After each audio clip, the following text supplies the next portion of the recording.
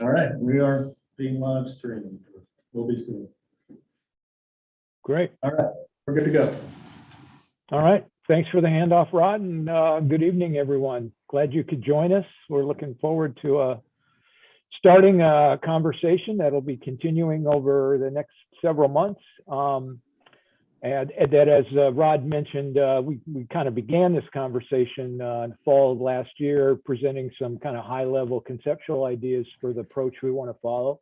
But tonight, finally, for many of you, I suppose, we're going to dive into some actual draft code language that begins to set in motion, we hope, some of the overall objectives for the project.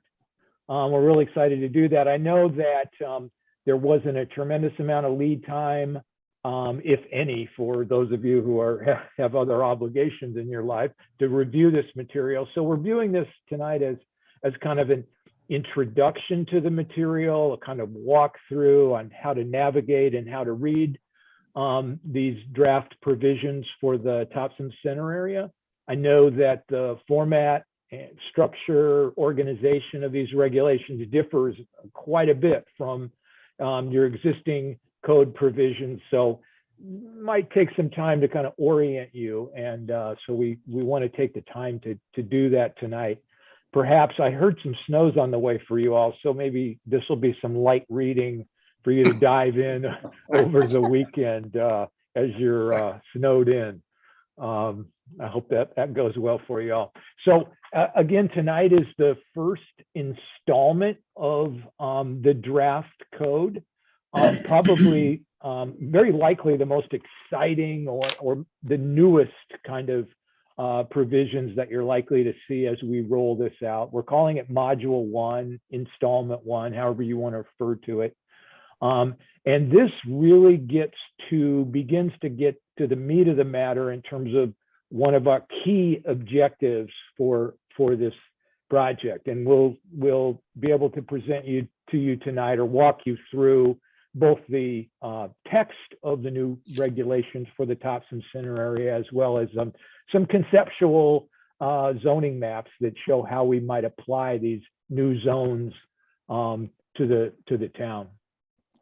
Now, of course, one of the key objectives of that we've been given, one of the key charges that we've been given as part of this code update, the Recode project, is to really help by way of new and updated zoning regulations set in motion some of the exciting ideas that come out of the comprehensive plan, the 2019 comprehensive plan, which has a lot of robust and exciting goals, objectives, policies, and practices. We think that as we begin to talk through some of this, you'll begin to see how some of these ideas have been embedded in the code document itself. Now, again, tonight, this installment for Module 1 is really focused on the Topsham Center area, that kind of intentional growth area from the comprehensive plan, and we'll show you a map of that in a minute, just to remind you where that geographically lies. Of course, the code zone provisions, building types for the Topsham Center area incorporate a lot of objective, kind of fairly, we hope, calibrated design standards for the Topsham Center area.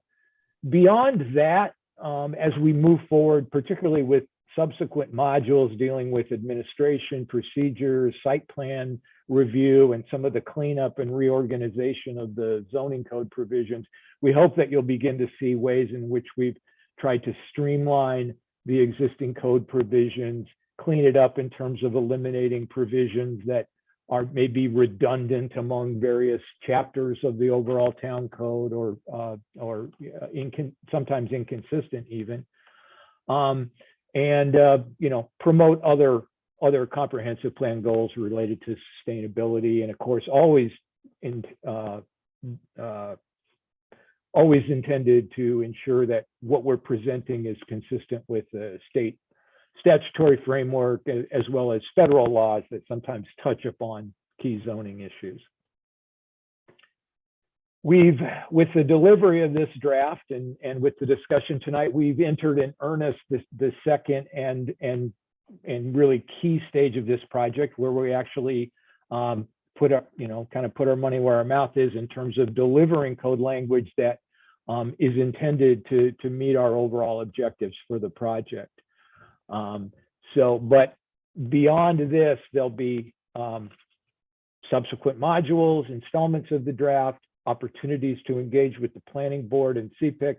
And as we enter phase 3 of the project, really try and do our best to get the word out and have a really engaging conversation with the public as a whole, educate them about new ideas in the draft and hear their comments and concerns as well. So there'll be sort of ample opportunity throughout, and I believe even in phase 2 for sort of starting to get the word out, getting some interest, and hope that you all will assist us in letting your friends and neighbors know that this work is underway, and how they might be able to find out about a little more about what's in store. So module 1, the key part of module 1 is, of course, the article 2, the zones, and the Thompson Center building regulations. The zone regulation article begins to set the framework for both the new zones, and it will eventually incorporate zones that lie outside of our intentional growth area, as we kind of incorporate the provisions that apply in the low and no growth areas of the town. The really new aspects that we'll be presenting tonight really focus on those Thompson Center building regulations in Article 4. And we've also got a kind of early working draft of how the use regulations component of the new zoning might work. So I've mentioned several times the focus of this module primarily on this Thompson Center area. As I say, the key intentional growth sectors from the comprehensive plan, and it's shown here as, kind of just generally on this map. But this is the area we'll be focusing on tonight in terms of where these new zones might apply and what the associated regulations with those new zones might be. In the final analysis, we'll have zone regulations for the entire town, but those aren't likely to differ in significant or substantive ways from the existing zones. There'll be some cleanup, maybe some strategic ideas and proposed amendments within that area. But in terms of the really new approach, it is focused on this Thompson Center area. And here's a more specific version of the map that was in the request for proposals that our team responded to and that we were fortunate enough to be selected to assist with. This is the basic geographic boundary of the Thompson Center code area that's in play tonight. Why don't I turn it over to you, Leslie, and you can get us started on a kind of walkthrough of how this approach kind of differs from the way that zone regulations work in this area today. So as you saw on the last slide, part of our sort of task is to create some form-based regulations for the Thompson Center area that may morph into hybrid. What you're seeing in the draft that you have is really a form-based code. And you've seen this diagram before. I just wanted to kind of revisit it a little bit to help gain a more detailed understanding of what a form-based code really is and how it really differs from conventional zoning.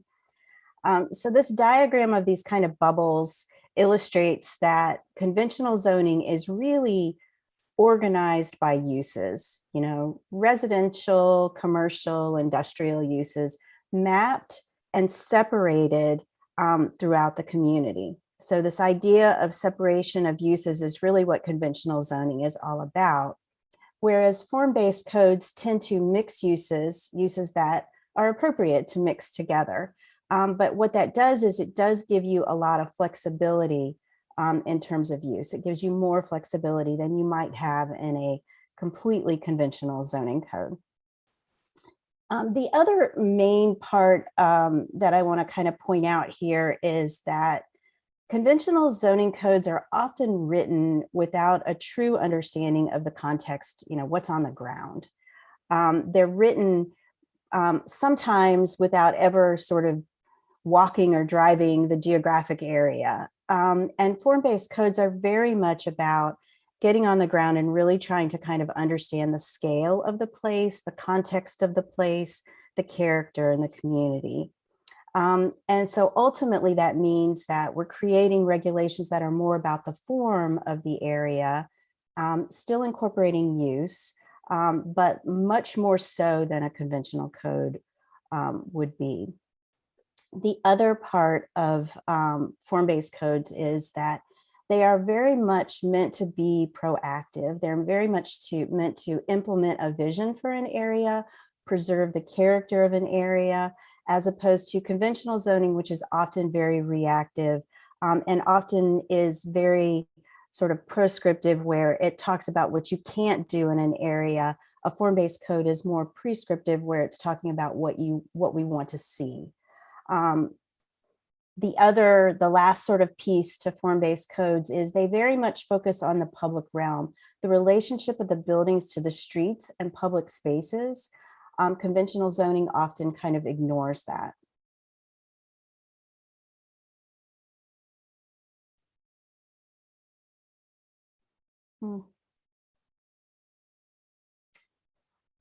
So ultimately, some of the benefits of form-based code, the first one is that hopefully they're much easier to use and have greater clarity so that everybody's kind of more on the same page.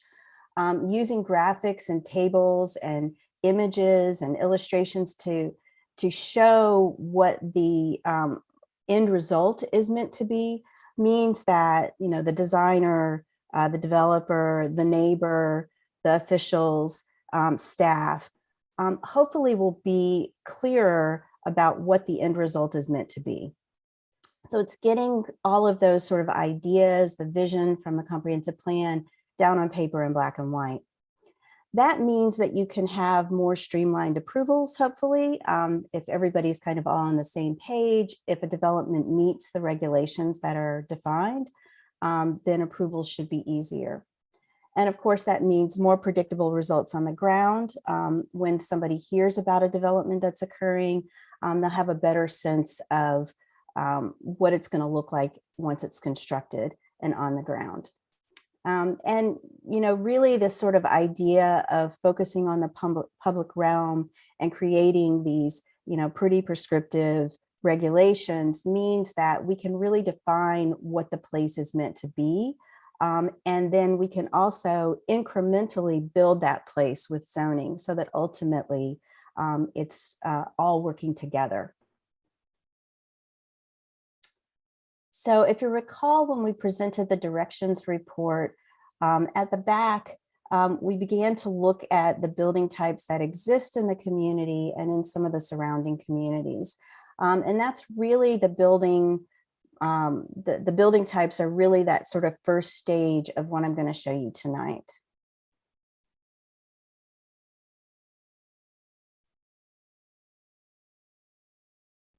So I believe, I'm not sure, Rod, did you hand out or did you send out the how to review the code to the planning board as well? I believe I did. Okay, yeah, great. I kind of forwarded on all of the materials. Okay, great. So there's that document. And what I'm going to do is I've got a sort of a different version of that document that I'm going to kind of walk you through, and it expands a little bit on it. But you'll see is that this particular document takes some of the pages. It kind of gives you a good sort of linear process of going through the code. It says step 1, step 2, step 3 to help you kind of understand how to read the code and how someone would actually use the code if they were going to develop their property as well. And these sort of orange boxes give some direction. This is sort of a version of that, but I wanted to kind of walk you through each one of those pieces and explain a little bit more what the philosophy of developing it in this way was. So Article 2 lists the codes, and as you can see on the page on the left, ultimately Article 2 will list all of the code, all of the zones that are anticipated within the town. Everything that you see in green is directly copied from your current code. So I don't know what those will be in the future, but the idea here is that we're creating these separate categories for each one of those zones. And this one very short couple of page article will provide a description. And so there's a description for each one of the zones. Just to kind of blow up the list of the Thompson Center zones, we have illustrated here 8 zones that are mapped currently in a very draft form that hopefully we will have lots of conversation about. But I wanted to kind of go through these really quickly with you and explain what the kind of coding of them is. So these are, as I said, these 8 zones are the zones anticipated to be used in the Thompson Center area only. You may choose to expand it out in the future, but for right now, we're just looking at the context of Thompson Center. I always start with more zones, every type of zone that I can see, because we're writing these, as I said, based on the context. And I'm trying to kind of give some flexibility in terms of uses as well, and I'll explain that in a minute. We may consolidate some of these zones. I can see us going down to maybe 4 zones. So there are ways to do that, but at this point, I think it's most helpful to start with sort of a full menu and decide what we don't need. The 2 MX zones are meant to require storefronts. So these are very strategically located throughout Thompson Center to say this is where we definitely want to see storefront occur and those kinds of uses associated with it. The V and the T dash that you see after each one of the zone names is meant to convey scale and sort of intensity. So dash V is sort of the village scale, that kind of smaller scale that you see along Main Street. And then dash T is meant to convey a kind of more regional scale, town scale, T for town. So the 2 different MX zones are MX at the village scale and MX at the town scale. Then we have 2 zones that are meant to be a mix of residential and office uses. And so as you can see up and down Main Street, office and residential uses work really well together. And they, in fact, often have very similar building forms. And so combining those gives more flexibility and allows us to sort of simplify those zones and allow for those kinds of things to happen. Either a house being converted into an office or an office being converted back into housing. We also have some other uses that we've talked about allowing in that RX zone that we can talk about in the future. So again, the same thing, we have an RX-V for that village scale and an RX-T for the town scale. The EX Employment Center is something that we'll need to talk about. It is a zone that is specific to more intensive warehousing and distribution and maybe production uses that would also allow for office uses and those kinds of things.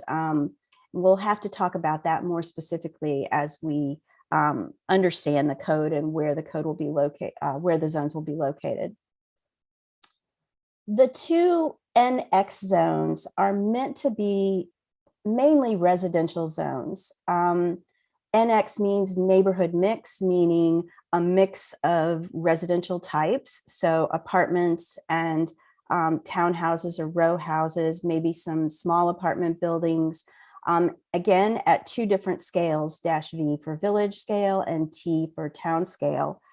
Those would mainly be used in locations where, especially the village scale one, I don't think there's anything currently mapped like that yet. So they would be used if larger parcels might subdivide or include multiple zones on it. Really, these zones are very similar to the RX zones, but when you have a need for housing, sometimes you want to define places in the community that are very specifically residential uses. And so that's why they're separated. So you may have locations, maybe around the schools that you don't want it to go office, that you really just want it to be residential because you need those housing types. And those then we could zone NX. And then the last one is something that we haven't really talked about, and I have a lot more work to do on, but this NXM, this idea of manufactured home neighborhood, I'm just sort of using that to reserve that idea, and whether or not we can allow those to occur maybe in some of the other zones as a building form, or maybe it needs its own. So more to come. So that was kind of a long-winded way of going through all those zones. I hopefully won't talk that long on one slide on any of the other ones. But you can see, if you look at the maps, which instantly are the maps from the directions report, they have not changed much. I did add in a little bit of MXV down at this node at Elmer, Winter, and Maine. But I think we need to have a lot of conversation about the maps, especially once everybody is familiar and comfortable with the zones. So Leslie, Mhm. this is Don. I don't want to interrupt too much, but I was trying to follow when I looked at this yesterday. On your, I'll just say MXV, right? I understand the distinction between V and T, but MXV incorporates the mixed use, and it has the village center in there. And then you have RXV, which also has village center in there. And then there seem to be crossovers with some of the existing into these categories. Could you explain that a little bit? Yes, absolutely. So these are mapped based more on what's there than what your current zoning is, or based more on what the comprehensive plan says.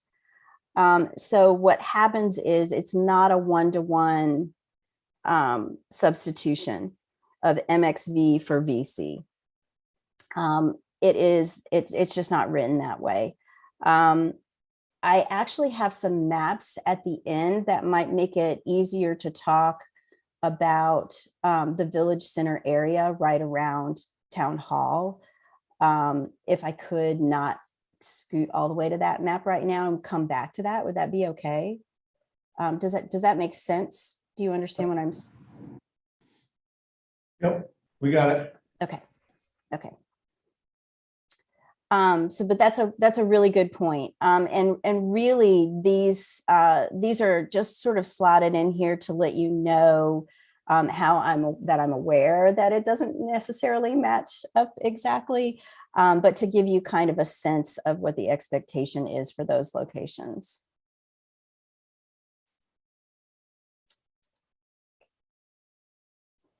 So once an applicant has noted what their zone is on the map, probably the first thing that they would do would be to go to the uses article, Article 5, and look at this table. So this table is a key to how you would use your zone, and Kirk is going to talk about that. Yeah, now this is a part of this draft that's going to be much more familiar to those of you who are, experts on the existing zoning code. As you're well aware, there's a table at the end of the existing code document that's got a fairly detailed listing matrix of allowed uses by the various zone categories. And this table is going to look familiar to you in the way that it's laid out. However, the categories themselves, the use categories, and of course the zones across the top are new. One of the things that we're promoting in this document is a sort of modernization of the existing use classification system. trying to group together uses that have very similar operating characteristics in terms of how they might affect their neighbors. And we're hopeful by doing that, that we'll build a little more flexibility into the code in terms of, grouping those things together and not necessarily caring about where one type of retail is located in the town or in the Thompson Center area versus another. And I think it will also provide you with a framework, particularly at the staff level, but to some extent at planning board, of making determinations as new businesses come into town, prospective businesses, and want to know, where can I locate within the town, sometimes within a very detailed and sometimes antiquated use classification structure. It's difficult to determine where the next new business type falls within that framework because that specific business type isn't called out. So this is the beginnings of a new consolidated and a bit more generalized use classification system. We expect that as we continue to refine the regulations for Thompson Center, and then as we branch out and update the zone classifications for the remainder of the town, that this chart is likely to go through some iterations and changes, and it provides us with an opportunity. If we've grouped together things that in your mind are problematic in terms of permitting all, just to pick a category, all office uses across the board, as opposed to distinguishing between a medical office versus a professional administrative offices, there's always the opportunity to sort of expand upon that category and provide more specific uses for a subcategory of uses that falls within the office or retail and entertainment category. For a good example of that is the retail and entertainment category combines both, commercial retail uses. We all can kind of imagine what those are. But it also includes, eating and drinking places. And so we may decide based on sort of local preferences that we want to call out more specifically where a restaurant could be allowed versus a retail use. We think as an initial foray that grouping these uses together in combination with the building type regulations is going to give you the level of control that you want to have over uses that we don't sometimes think about as sharing great commonalities in terms of their operational characteristics. For example, a restaurant use that has a fast food component to it, you may think, oh, well, I don't know that I want to permit that everywhere, but the building type and the design regulations associated with drive-through windows and such will be such that a fast food restaurant really wouldn't be able to operate in all the zones in which retail and entertainment is shown there, if that makes any sense. Now, this table in the draft, then the pages immediately following the table, all of these categories shown in the far left-hand column are described, defined, if you will, in the ordinance. And that section of the ordinance also provides us with a sort of placeholder for establishing any supplemental use regulations that need to apply to a particular business or use type. So, yeah, that said, I think you'll find this to be, not needing a lot of reorientation. This is the way that the town has regulated uses for some time. We're just using a little bit of different terminology and trying to kind of bring those highly specific, very detailed use regulations into a more modern and manageable framework.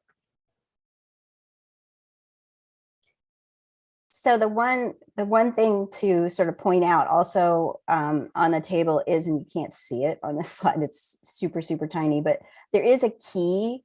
And part of the aspect of trying to kind of understand the building types and the context and the location is that we're not just saying that a use is allowed or use requires conditional use approval. or it's prohibited. We're also defining whether or not the use is allowed in all levels of the building or just the upper levels of the building. So for example, in the MX zones, you'll see in the use table that it's got the little bubble that's, filled in at the top, meaning that residential is meant to occur in the upper stories of the buildings that are the building types that are allowed in the MX zone. So there is this sort of a little bit more level of detail applied to the table in this type of a hybrid code than there would be in a conventional code. There's one more aspect I just want to point out to you, and that is that, the RX zones are, mostly residential office uses. Those are the uses that are allowed by right in those zones. But we've also got this little vertical divided bubble that means that we're limiting some uses, allowing them, but limiting them by how much of the footprint they can be. So like, for example, I don't know, actually animal care probably should be allowed in the RX, but retail and entertainment in the RX would really like retail and entertainment to move to the MX locations. So it's consolidated and creates this kind of, creates synergies within the MX zones to have like a little vibrant shopping district, shopping and eating district. And you don't want to sort of dilute that down by allowing that everywhere in every RX zone. But that's something, again, that we can continue to talk about. That's the way it's drafted now.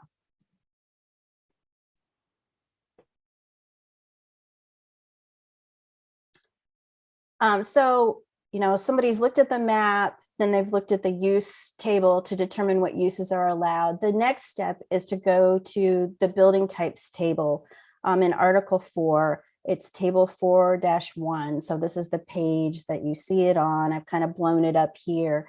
And whereas the use table is sort of the key to the zones, understanding the zones by the use, this is the key to understanding the zones by the building type. So it's, sort of the equivalent of the use table. So it allows a series of building types, those building types that hopefully you're sort of becoming familiar with from the directions memo and carried forward down the left-hand column, just like the uses are down the left-hand column, and then the zones are across the top. And these building types are just specific to the Thompson Center zone. So this table is in Article 4 with the Thompson Center building regulations. And they are allowed by right with a little solid bubble.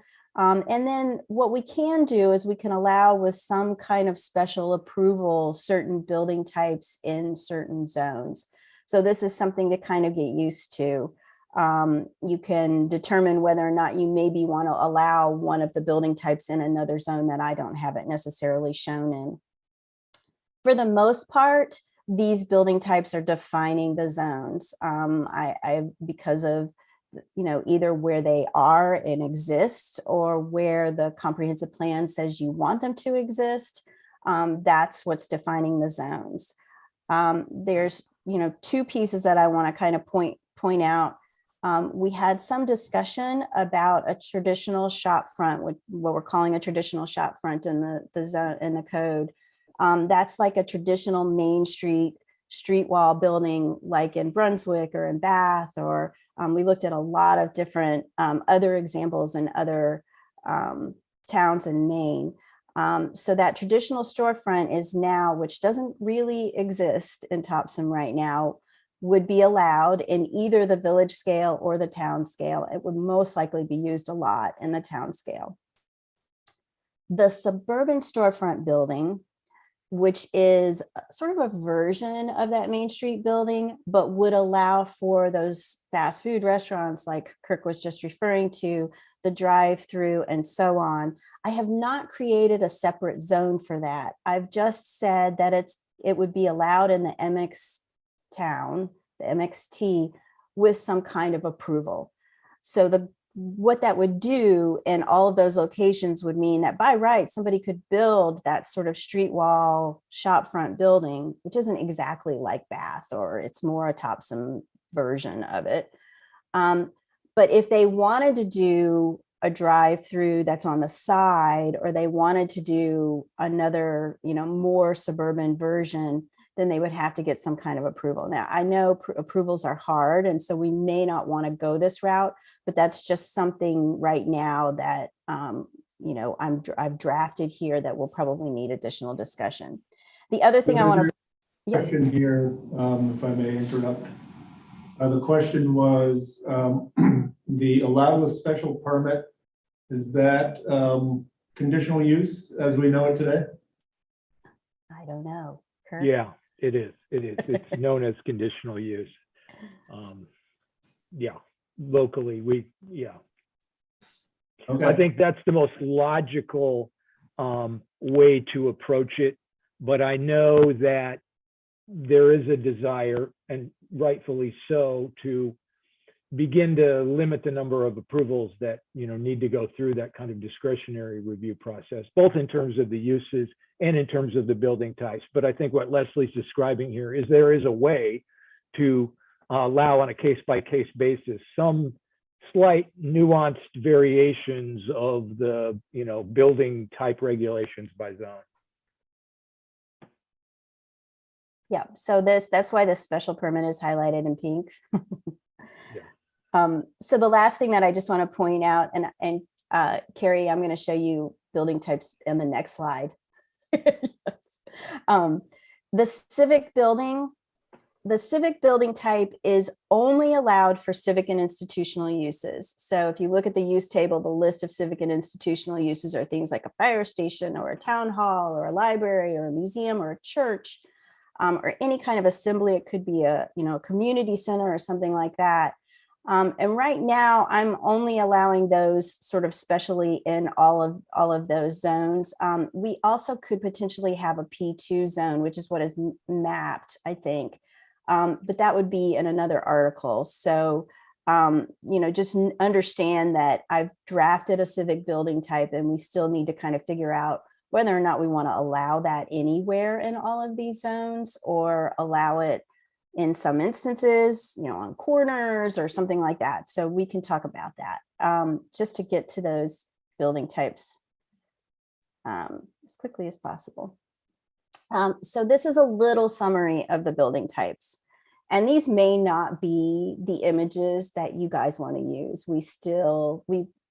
We've been talking with Civic about a lot of images, and we may still need to talk more. But these are some of the images that are used in the code. This village shop front is not from Thompson, but it is maybe what you might get with an expanded village shop front. Right now you guys only have one of the segments, but we're contemplating that larger buildings could be built that sort of have that same feel of those shop fronts at Maine and Elm.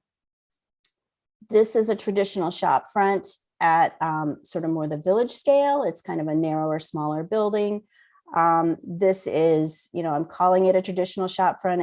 This one has a lot of glass. I didn't require quite as much glass, I think, in the draft, just to kind of give it that, smaller scale feel. And then the suburban storefront, maybe this isn't quite what it would be like, but it would allow for a single story, single use building, but built up to the street. So you can see that, if there were a sidewalk here, I think there is one on the other side. Somebody could be walking and access the shop or the restaurant. And then it has a sort of front patio. It doesn't have a driveway that sort of loops all the way around it. The drive-through is in the back. So that's the suburban storefront that's, sort of modified to make it more pedestrian friendly. The general buildings, these are the MX buildings, that sort of required storefront, shop front. The RX buildings are more the village general building, just a general building. The row building, which is a version of the general building where it's, side-by-side units with multiple doors. And if you notice, I sort of photoshopped this building. This is a very well done building that was, I think, pretty recently constructed in Topsham, but it's actually quite a bit longer. And so I think that this is the scale of the Village General, this sort of not quite as long. It's, very similar to the Village Shopfront scale. The general building, and you could see up around the schools that you could have a 3-story apartment building that can be a comfortable scale. I can't remember the town that this is in. I feel like it's north of you all. And it's not Yarmouth, it's north. I'm sorry, I will come back to that, but it's a brand new development in Maine of multifamily housing. Unfortunately, this one is fronting on a parking lot, but you can see how if it were fronting, on a street, it could be a very nice building that has that sort of same feel to it. And again, that scale. And then a workshop warehouse, which would allow for that kind of more truck activity. And then again, the Civic building. And, this is, it's just something a little bit crazier because the Civic building, even though it's limited to civic and institutional uses, it's much more flexible in terms of building design, because you could have a really interesting building for a library or a museum or something like that. So it's more flexible. So that's the kind of overall summary of those building types.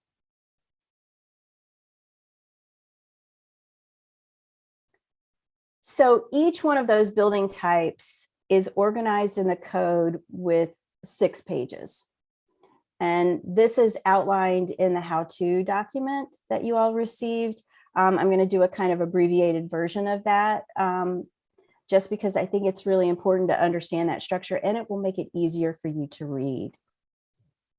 And also the fact that we're using 6 pages for one building type kind of gives you a sense of, why the code is, the length that it is. But really what we're trying to do is incorporate illustrations and make it easier to kind of get your head around one set of regulations for the building type. So the first page is always about description and intent.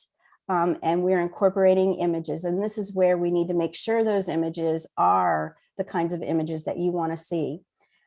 We're never going to find the perfect images that convey exactly what you want.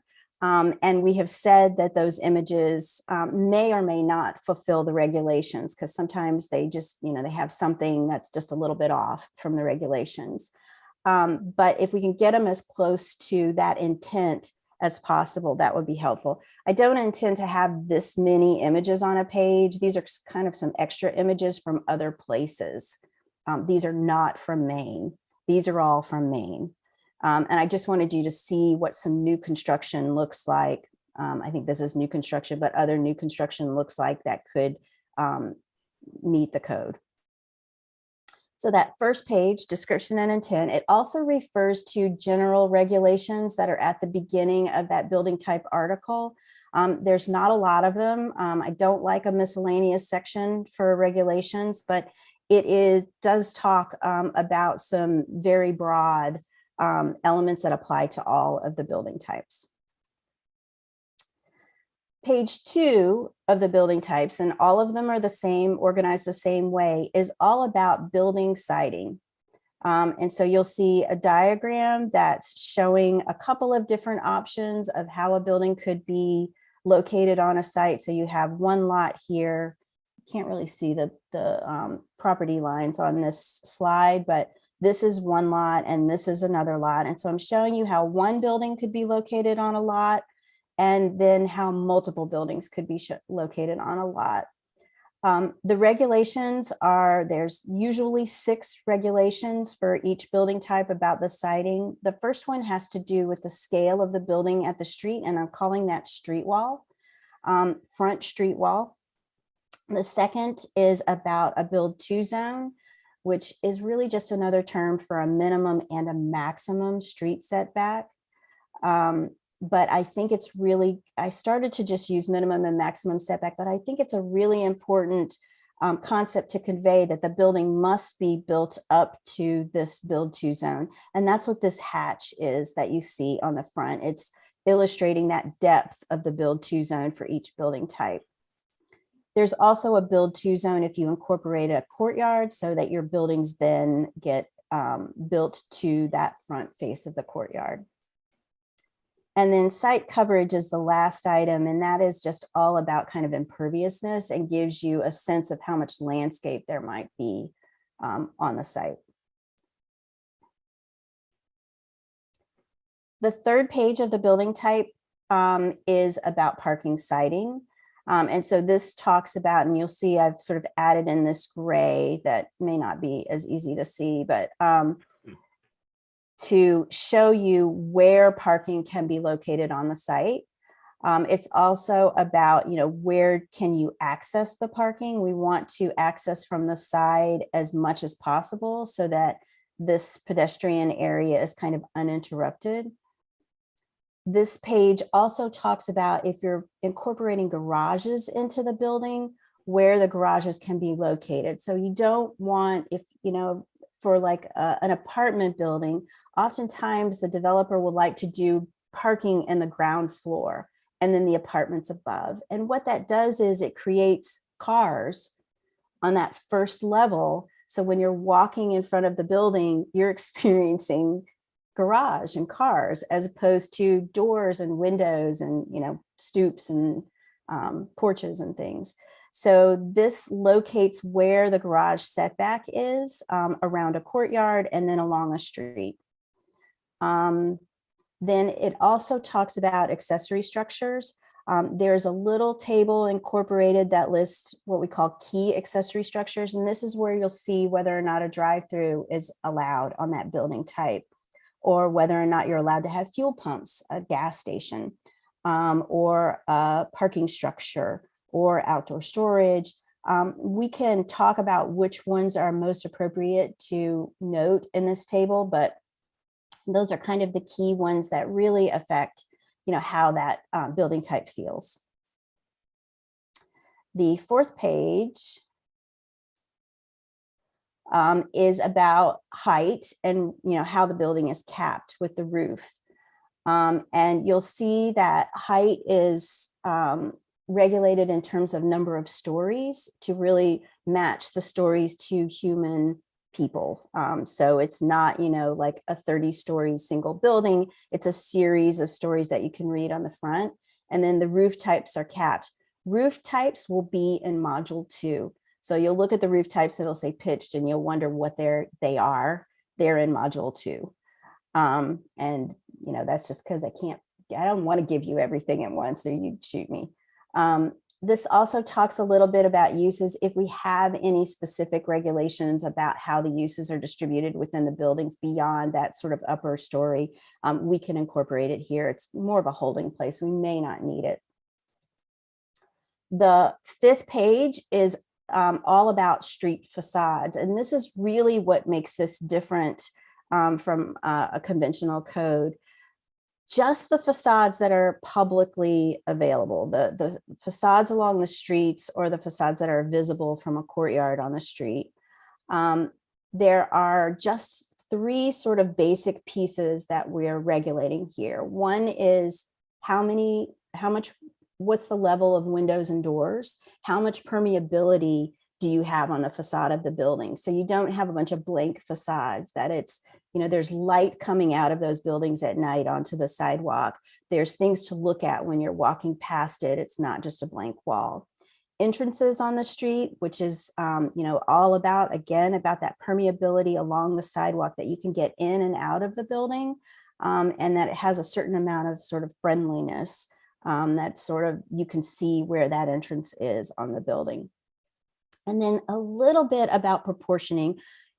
For the most part in this code, the building types are proportioned by their building segments, what their widths are along the street.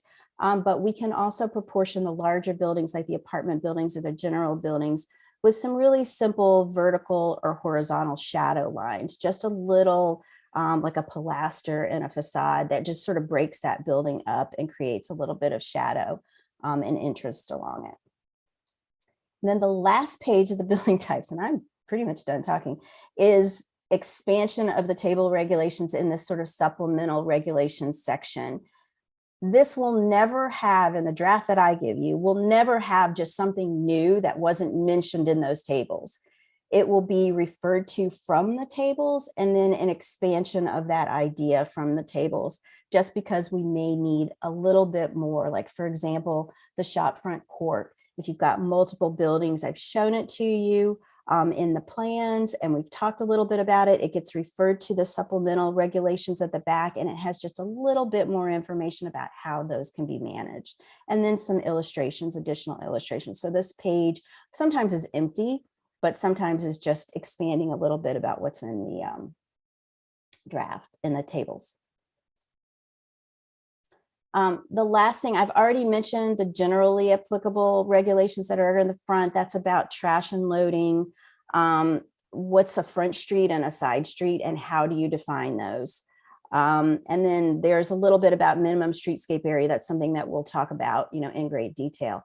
What you will be seeing in module 2 are 2 articles that will be key. And so you'll be maybe wondering where all this is. And so I'm just going to tell you, in article about building design, you'll see building materials, roof types, entrance types, and then some facade details like balconies and things like that. These are kind of design guideline-y things that will not be written as guidelines, but that are super easy to regulate and to get you that much further to a building that you like.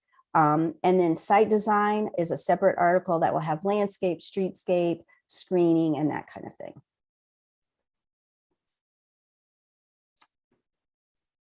Okay.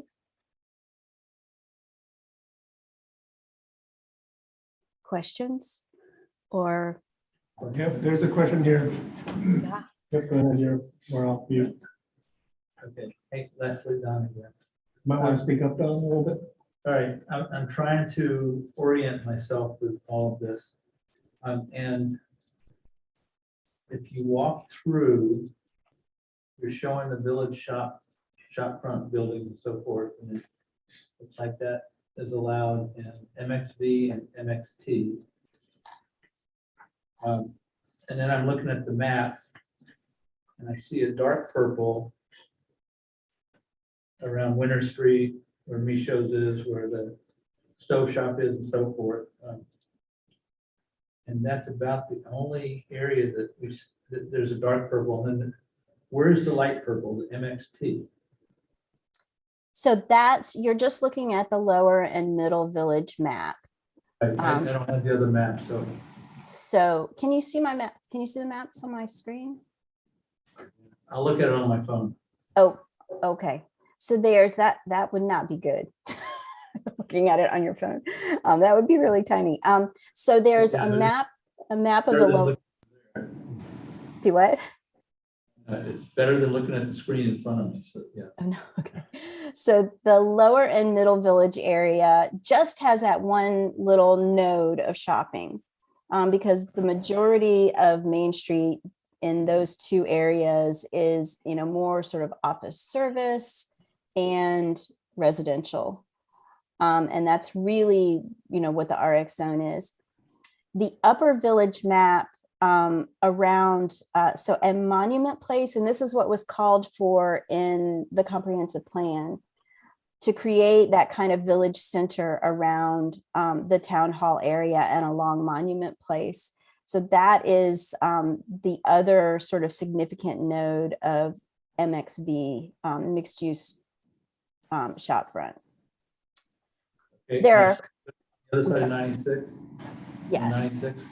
Yes, but they would be oriented to Monument Place. Not that they wouldn't have a frontage along 196, but the idea is that Monument Place would be, the sort of walkable village center area. That's my understanding from the comprehensive plan, and I think it makes really good sense. Now, what I have shown right now as MXV in that location is really only where there are those kinds of uses. There are no building forms really. Well, there are some, but it's really right now, all I've shown is where there's already sort of retail and commercial uses.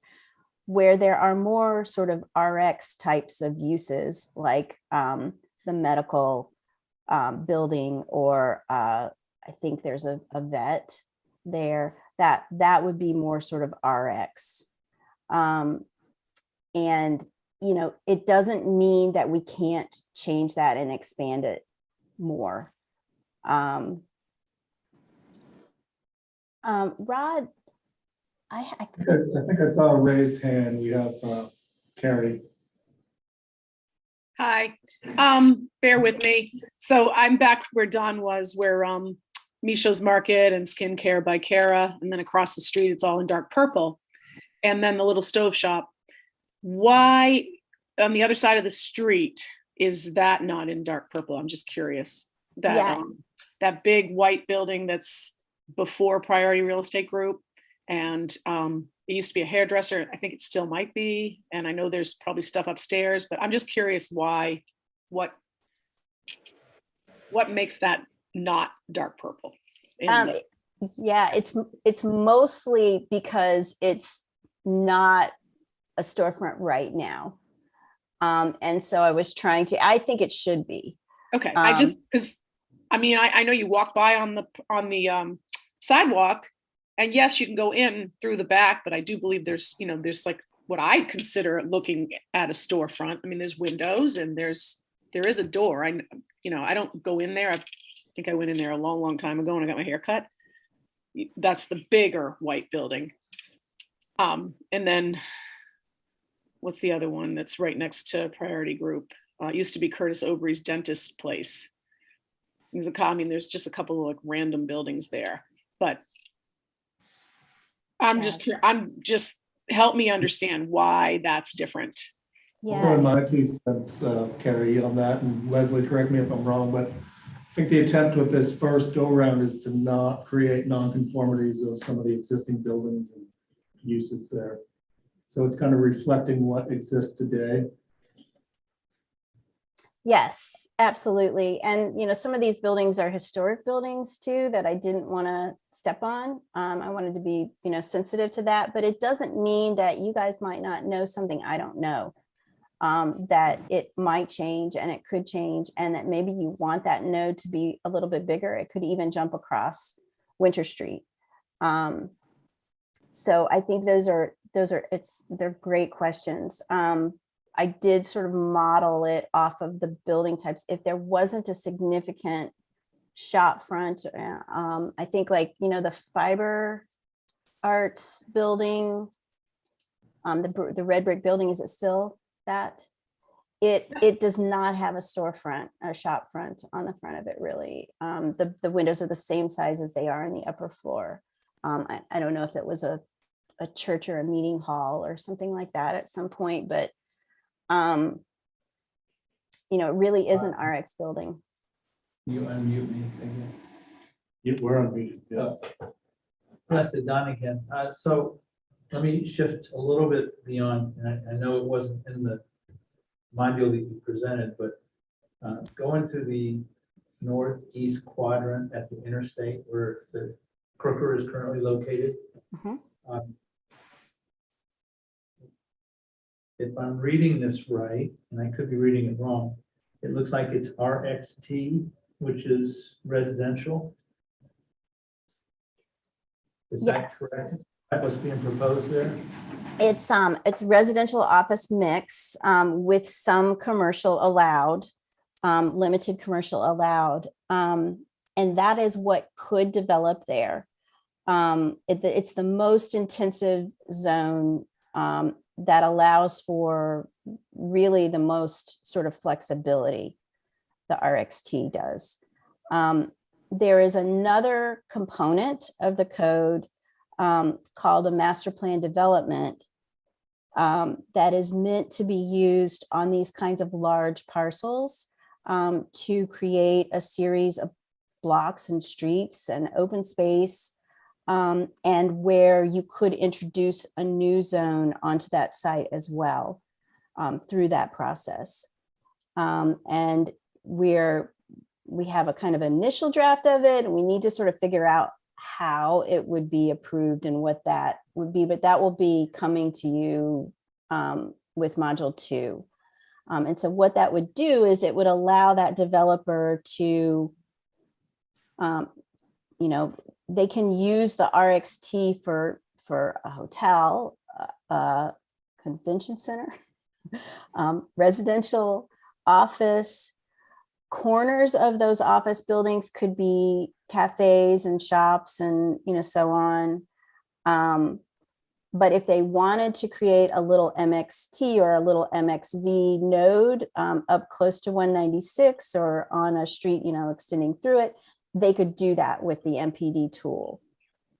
So what's the difference then with, I guess, why wouldn't that be MXT rather than RXT? Because if it was MXT, every building in that whole area would be required to have ground floor storefront with ground floor commercial and retail uses.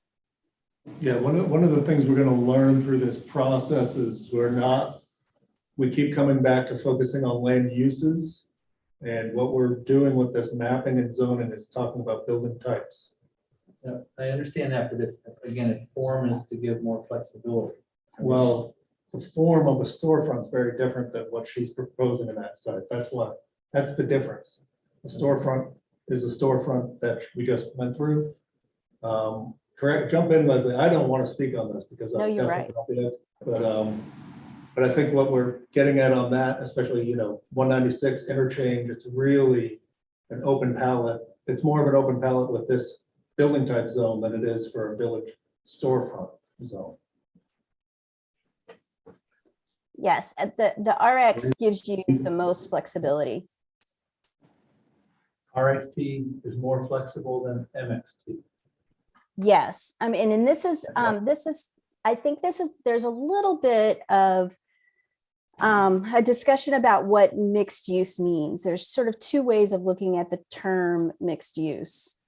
One is that mixed use can occur, any use can occur anywhere horizontally on the site. You could have, retail on the site next to residential on the site, next to office on the site, next to industrial on the site, whatever. That sort of horizontal distribution of uses. When I refer to a mixed use building, it means that the building is vertically mixed, that ground floor is always, sort of commercial uses, and then the upper floors can have residential or office in them. In this case, I think we're allowing some, so that sort of idea of where you want to locate those storefront elements is a very kind of, intentional, conscious, and predictable tool that when you consolidate those kinds of uses and that kind of building form, in nodes in the community, then it means that you're creating a little district that has its own synergies. That means that you're not sort of just allowing retail to occur anywhere, because then that retail isn't, it doesn't know what's going to happen next door to it. It could just be residential, and then it wouldn't create this little district of shopping and so on. It would be, just kind of a hodgepodge. And so this sort of conscious decision about where your storefronts can be located is really a key to making place, and then being flexible everywhere else. Let me ask this a different way, because I'm just trying to understand how this is all coming together. But I always use the example of what at least I think is one of the best I've seen in the country, the Whole Foods in Richmond, Virginia, right? If you go in there, they have brick streets along with brick, pedestrian crossing and bike paths and everything you can imagine, and everything that everybody wants as far as accessibility. But you have a Whole Foods built in the middle, and then you have a lot of storefronts, and maybe I'm using it the wrong way, but you have storefronts with residential above, but you also have residential that starts at the first floor, and they're all together, right? And provides, whether it's the small restaurants or the standalone restaurants, which are also there, you have kind of a hybrid of what I think you said for MXT and RXT. Mhm. Is that somewhere in what we're talking about, or is it exclusively, if it's MXT, you have to do the vertical thing. If it's RXT, it's more of a horizontal thing, but it may not have standalone commercial. And I'm not sure I'm asking the right question, but that's. No, I hear you. I hear you. That's what I'm trying to understand. Yeah, that's a good Yeah, question. yeah, exactly. I think what you would notice if you sort of zoomed up at that Whole Foods development in Richmond is that the retail along the street is nodal. It's like all consistent. You know, you might have two nodes, but it's consistently, you know, defined. And if you look down on that development, it is just like you said, it's a hybrid of MXT and RXT. And when they laid it out and they designed it, they put that MXT, that storefront, consistently, and then they sort of surrounded it. It's a really common kind of urban design principle that you have kind of the core, and then you have the transitional, and then you have the edge. And that core, it may be tiny, or it may be, able to incorporate a Whole Foods and, a movie theater, maybe, big. And then it may have, that transitional around it. And then the edge usually is, less dense. So that whole sort of building of it. And I think what we're trying to get at here is on the Crooker site, it's a really large site, and we want them to define where their core is going to be. And they are. I mean, they're going to do that. And then they will be overlaying streets and blocks and open space and creating that core, and then, the transitional areas, and then, extending all the way up to Main Street. They will lay it out using that MPD tool. And I think that's sort of the piece that you're missing. Leslie, I don't know if you have your participant box open or not, but there's raised hands, and I just wanted to make sure. Do you want me to monitor those and then relay them, or do you want to just? I don't Well, see any raised hands. Oh yeah, they went away. Okay. Sorry. Yep. They were there. You probably answered the question. Either that or I kept them from wanting to ask it.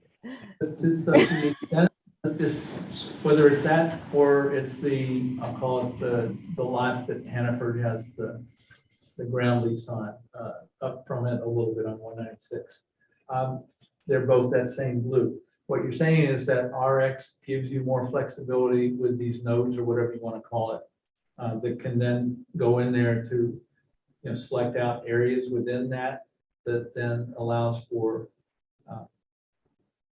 my terminology, what I would have called mixed use, right? I guess your mixed use is that vertical thing, but so Yeah. that could happen there. So you could have a hotel, you could have a standalone restaurant, you could also have other buildings that have cafes on the end with maybe convention centers, some of the other things you mentioned. Is that correct? Yes, absolutely. One of the things, can you see my screen? Yes. So one of the things to notice is, this is the Crooker site is, huge. Look at the scale of this area down here at the village center. The size of those parcels and those blocks. So this is going to get divided into smaller increments. And then they will be able to apply the MX to, however much they want to apply it to. Rod, the market information. Oh, yeah, that's beginning, I believe. Yeah, that went through the process of getting approved, and it's underway. We have yet to have a real kickoff meeting with them. There is another question here, Leslie. Okay. Rick, go ahead. Leslie, this is Rick. So if I'm hearing you correctly on some of these larger parcels where they're defined as the RX, which is the most flexible now, going through that MPD, which we haven't seen yet, as the sites get developed, would these then get refined into like finer grained nodes that have different uses defined in them as the parcel gets developed? Exactly. They could have multiple zones, multiple of these zones applied to them. Right, so as it gets developed, it's going to look like the smaller checkerboard of uses that you see in some of the other areas of town which are already developed. Yes, to some degree. I mean, those trouble. Those are yes. You know, some of this is because this sort of spottiness that you see here is because I need more direction on what to do about some of those parcels that are currently car lots. Some are, you know, going to redevelop, and, you know, like the one across the street, this big one across the street from the town hall is also the size. It could be an MPD. It could be, you know, it could be an, you know, an NXV zone with an RXV zone at the front of it. So yes, exactly what you said. Just know that, you know, this map is probably going to change. Susan had her hand up. I don't know if it still is. So Rod, Susan maybe, does. There she is. Rod, maybe a couple more questions and then. Yeah, well, yep. Okay. Leslie, where are you guys on the presentation? Oh, we're done. We'll do a few more questions and then perhaps see where you guys are at here. Susan. Yes. You have- Can you hear me okay? Yep. I just want to go back to something that Carrie was kind of talking about. I understand better now sort of why the shop front, the storefront codes were in such small nodes, and they have been, you know, consistently in the directions report. But then when, you know, we're sort of walking down toward the bridge between priority real estate and those MXV nodes, what I heard you say is that the reason that those buildings now are coded as they are is that we don't want to create too much, what's the word? Non-conformance. Non-conformance, thank you. And I'm just wondering, obviously that's not going to be an absolute, I think, maybe. I guess what I'm thinking is if some of those lots were to be entirely redeveloped, wouldn't we want to have code in place that would guide the redevelopment? Yes. Yes, absolutely. And so the decision needs to be made for those locations that you do believe are going to significantly change. And I think, you know, level of change or degree of change is something that I constantly look at in addition to the building types. And so if a building was recently built, the degree of change is probably pretty limited. If it's historic, the degree of change is, you know, it could be expanded upon. It depends on, you know, what the regulations are and so on. But it's probably, the form is not going to change, but the use is going to change. And then, you know, making sure that if there's a building that's there, the degree of change might be somewhere in between, because you have an owner. They've got, you know, maybe they have renters, leases. They've got to pay their taxes on it. And we want to be careful that we're letting them, you know, continue to use that existing building. And that's a whole non-conforming thing. But if you do see, and the other thing to keep in mind is it doesn't prevent you from doing a rezoning in the future. If you have a property owner that comes and says, you know, we want to create this here, you could do rezoning. I know rezoning is hard there, but you know, that's sort of typically the concept that we go with. So a lot of these buildings down here are fairly new. Is the reason that I Well, did in that. So that's, so the same area and that conversation is where I'd love to learn more and maybe not now, but that's where I want to understand better. That 6 Main Street property, which was the Shore and Country, is not new. And maybe it's in a historic status. I'm not familiar with, but it seems like that's one that could easily, or it seems it could be developed with restaurant on the first floor and apartment on the second. So that would, you know, to me, that's the MX kind of a zoning.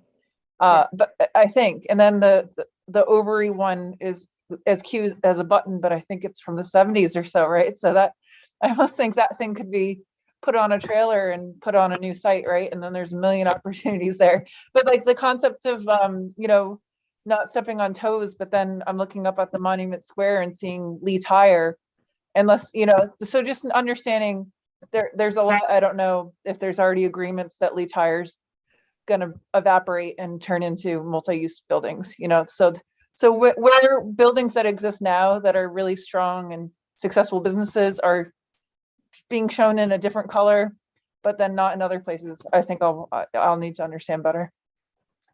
That's a really good point. And I do think that one of the elements that Rod was just mentioning is we want to be, most places are overzoned for that ground story storefront retail.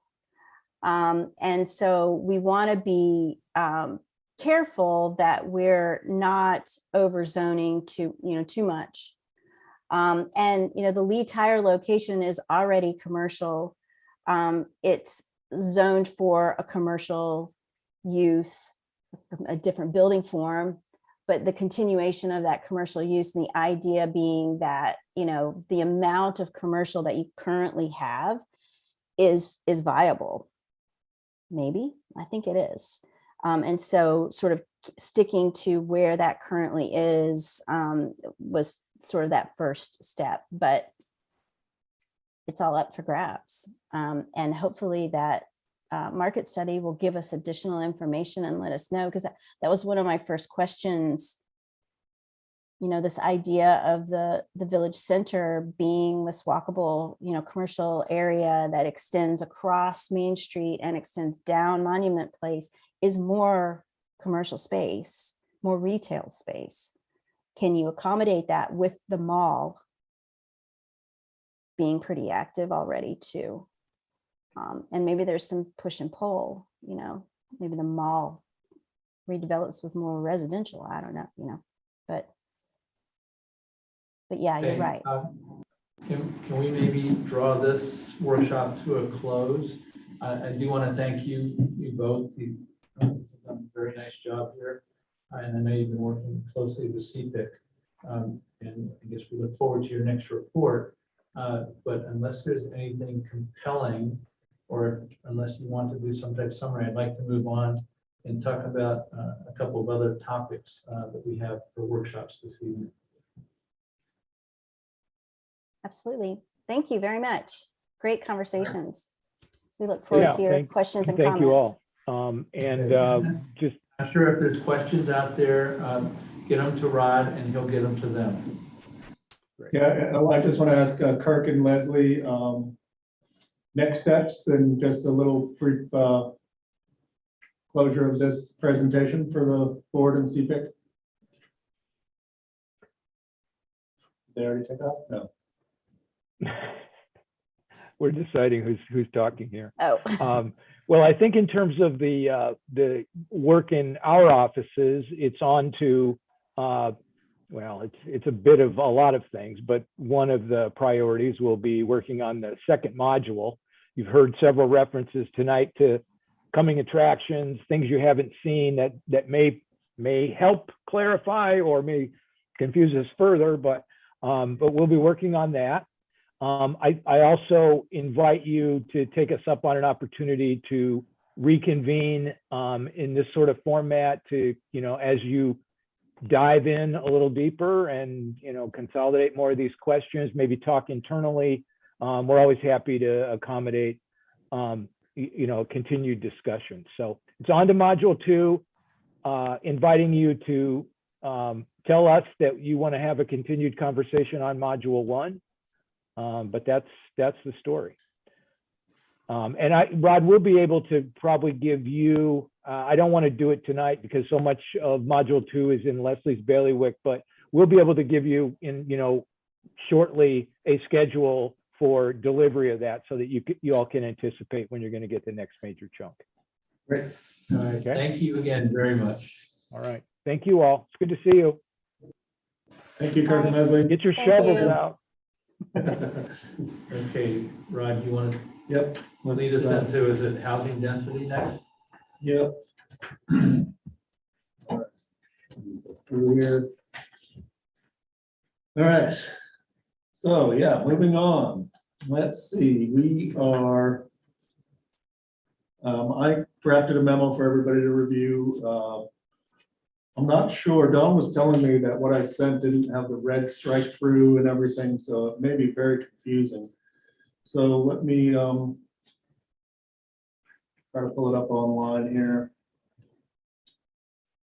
Everyone else might have been able to do it, right? But between myself and my office manager, we couldn't get to the one that showed what was underlined so we could see what the changes were. I'm going to share screen in just a second here. We'll get into, I guess, housing density first, Tom. That's what we have next, yes. Okay. Yeah, I could not see the red strikes or the additions either.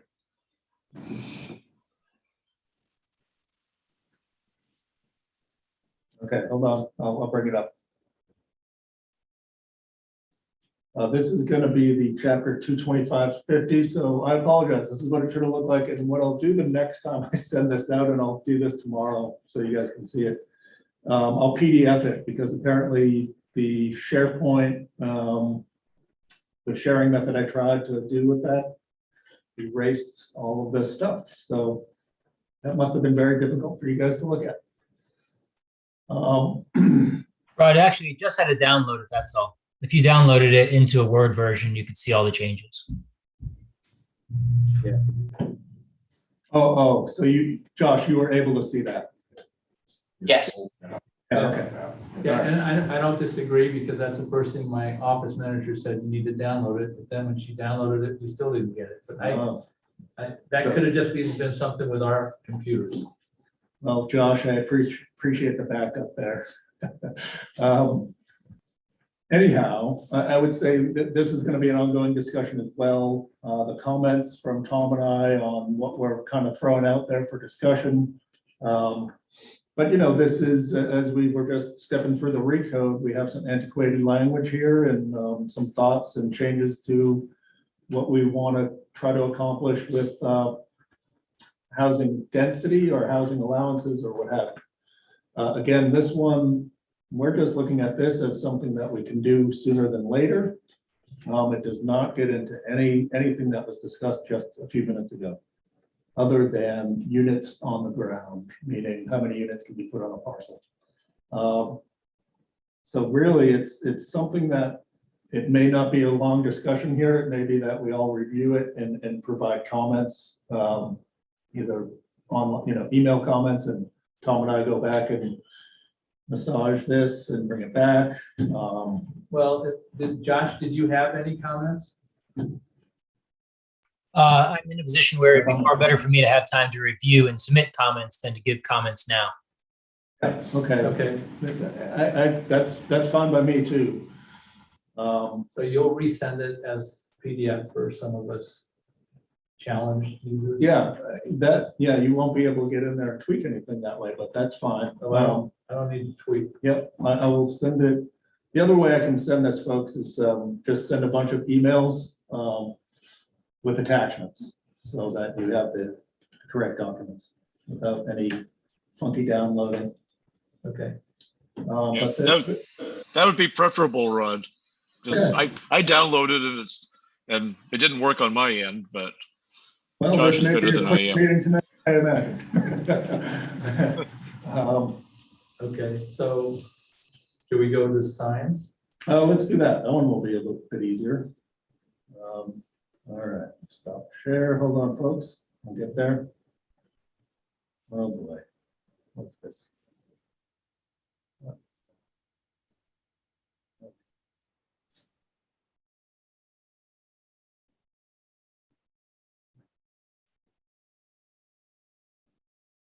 Technology. Here it comes, everybody.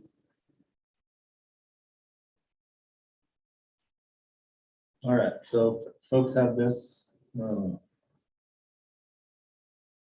Something's going on here. Anyway. Oh, look at that. What is this? Something's going on with my computer that I have no clue. It's Okay, this one, I think what you told me this at the beginning is you thought there was a fairly simple. Yeah. Why don't we just talk? yeah. Tom, do you want to lead that discussion? I'll try to bring it up. This revolves, this the 10-year sunset on non-conforming signs. A few businesses called, just wondering what that meant, and they didn't like the answer too much. So if you choose to eliminate that, a simple way would be just to eliminate the part that says no later than 10 years following the adoption of the sign ordinance amendment that results in a sign being made non-conforming. That's the sunset. That's coming up this May. There are other pieces of the non-conforming section that we talked about that have been eliminating non-conforming signs, structural changes. When a business, typically when they change over, they'll want to do a structural change to a sign. And at that point, if it's non-conforming, it becomes conforming. So there are several triggers already in the ordinance to eliminate non-conforming signs. The one that is coming up that would affect businesses that haven't made changes in the past decade would be the wholesale elimination of anything that still is non-conforming out there. And this is just for electronics? No, it's for all. Size would be one, electronic would be one. Anything that makes a sign non-conforming. So we're saying right now, the ordinance with the sunset affects any type of sign. Any type of sign that doesn't meet the current ordinance.